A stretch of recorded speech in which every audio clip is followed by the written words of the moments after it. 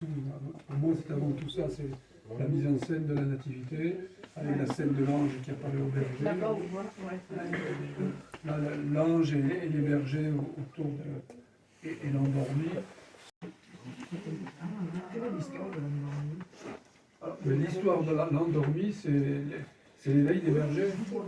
Quand il continue son sommeil, parce que c'est l'incroyant en fait. En fait, l'endormi, c'est l'incrédule, c'est celui qui ne croit pas aux paroles de l'ange. Et dans la crèche provençale, on tient à le mettre dans la crèche traditionnelle. Vous savez, les santons, c'est des petits saints.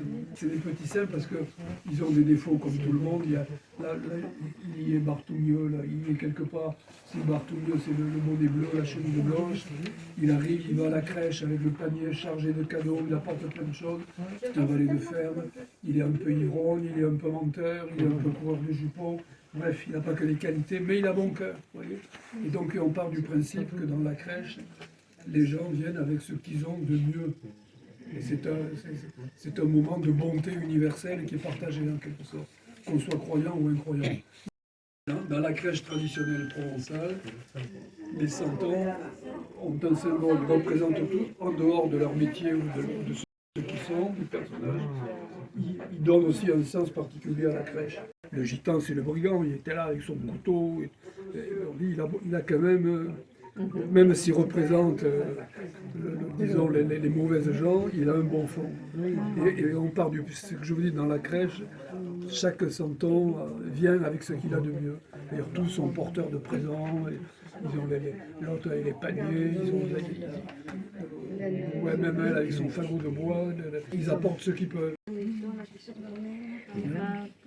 La crèche, c'est les bergers et les moutons. Essentiellement, au départ, tout au moins. Il y en a un.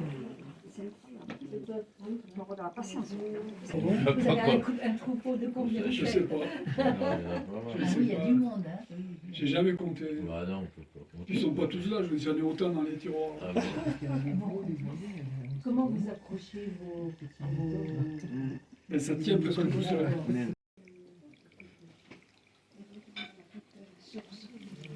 Très bien. Mais je tiens à ce qu'il y ait de l'eau, je tiens à ce qu'il y ait le moulin à vent, pour créer la vie, pour créer une animation.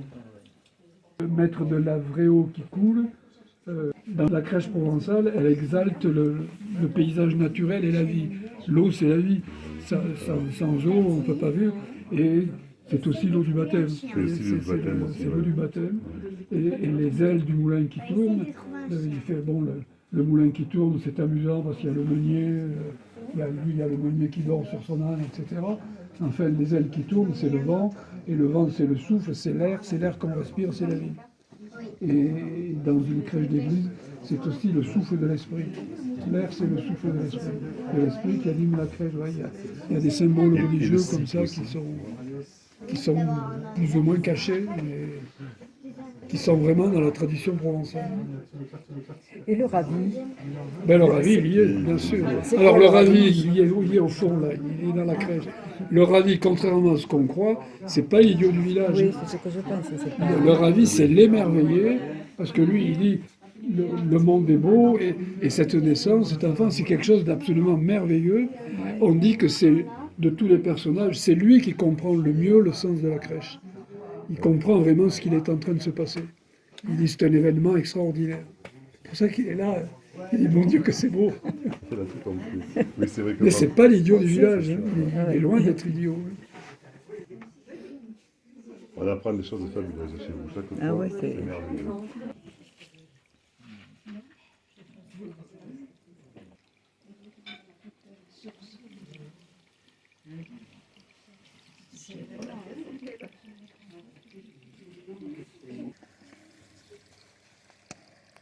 Mais c'est le coq dans la crèche provençale, c'est le coq du reniement de pierre.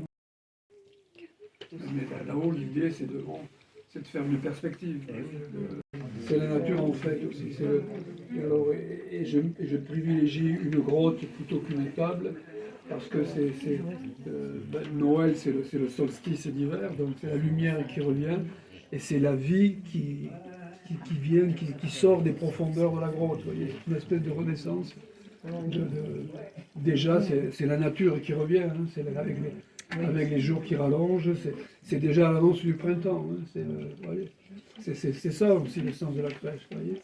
Donc moi, je ne le dis pas forcément, mais il y a plein de symboles. Il y a plein de significations. Alors, je pense que même si les personnes qui voient ne le savent pas ou n'en prennent pas conscience, je pense que quand même ça parle, ça dit quelque chose. Vous faites la crèche blanche après, là avec la vôtre ou pas? Non, mais j'aimerais la faire, la crèche blanche. En fait, la tradition de la crèche blanche, elle est quand même, c'est Aix, Avignon, Je pense que oui. c'est le triangle, là, c'est très localisé quand même. c'est ouais. très localisé, la crèche blanche. Hein, Et c'est quoi la crèche? crèche blanche, c'est la crèche du 2 février. C'est-à-dire qu'on dit qu'avant, pour le 2 février, en Provence, on mettait un rideau blanc devant la crèche et on mettait les personnages de la présentation de Jésus au temple. C'est-à-dire qu'on mettait Joseph qui amène des colombes, Marie, on met le vieillard Siméon, la prophétesse Anne et le grand prêtre. Ah oui. C'est-à-dire que on refait la présentation de Jésus au temple le 2 février. Et on la laisse pendant une semaine.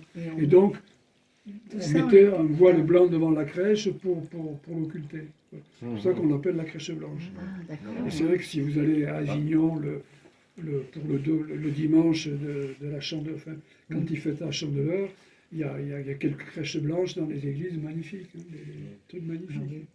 Hein, à Aix aussi on en trouve. Oui, à Aix. Aix, ouais.